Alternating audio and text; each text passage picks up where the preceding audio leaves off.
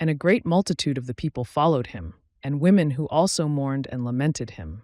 Luke 23:27. Most of the crowd that accompanied Christ to Calvary were probably the ones who called for Barabbas to be released. But probably, at least Mary Magdalene, Solome, and Mary, the mother of James and Joses, followed him weeping, for what looked like the last time. They had looked after his needs in life, and they intended to look after his body in death.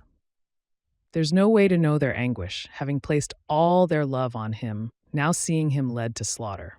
When I imagine their pain, watching their Lord bearing his cross to Calvary, I weep with them. They had reason to weep, but I much more.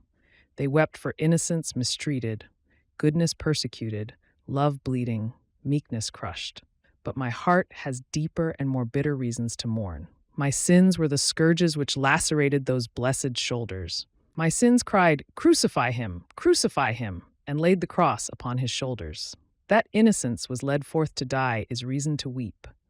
But a far greater reason is being responsible for his death.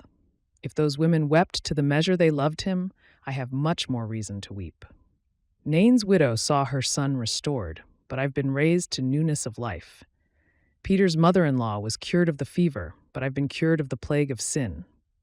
Mary and Martha were favored with visits by Christ, but he dwells in me. His mother gave birth to him, but he has formed in me the hope of glory.